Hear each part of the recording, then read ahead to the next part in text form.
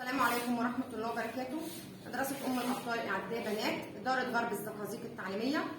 النهارده هنشوف استراتيجية تعلم نشط جديدة عن شهر ديسمبر اسمها استراتيجية فراير. استراتيجية فراير أو فراير موديل، نموذج فراير.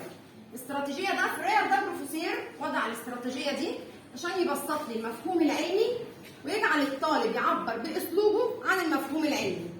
تمام؟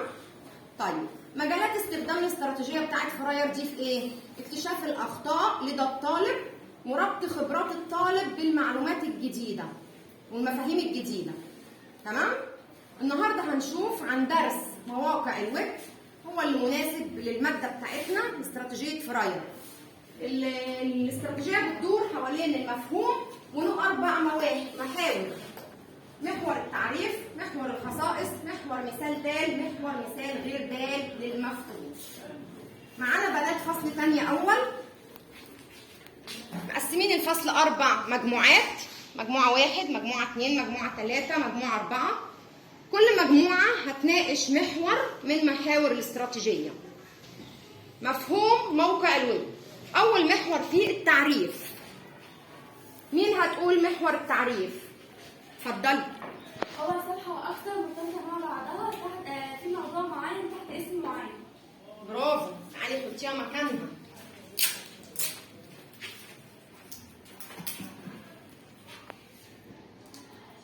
تمام.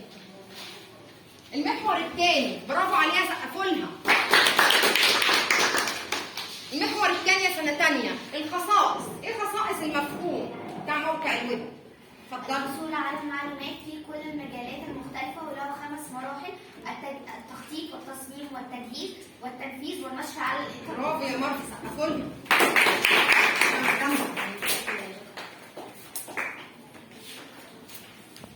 تمام. فاضل عندي المحور الثالث، مين هيديني مثال دال على المفهوم؟ مثال دال على مواقع الويب.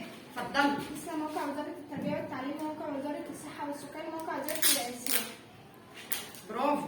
نلاقي مكان، يلا. برافو. تمام. فاضل عندي اخر محور، مثال غير دال. مين هيقول لي مثال غير دال؟ صفحة الويب التفاعلية. تمام، سقفوا لها أنظار.